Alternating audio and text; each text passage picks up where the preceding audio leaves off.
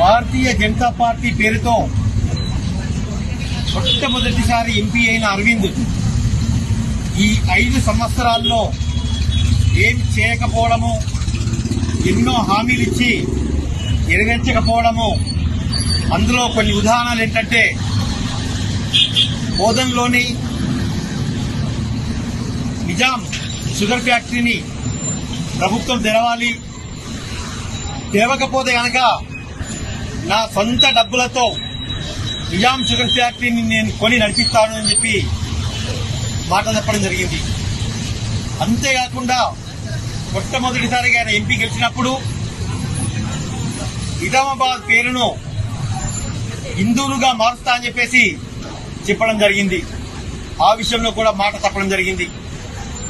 అలాగే నిజామాబాద్ ను స్మార్ట్ సిటీగా చేస్తానని కూడా చెప్పడం జరిగింది. అందులో కూడా విఫలమయ్యారు. నిజామాబాద్ పార్లమెంటరీ నియోజకవర్గంలోని 7 అసెంబ్లీ నియోజకవర్గాల్లో ఏ ఒక్క అసెంబ్లీ నియోజకవర్గాన్ని ఇంత కూడా డెవలప్ చేయని వ్యక్తి ఉన్నాడంటే అరవింద్ ధర్మపురి.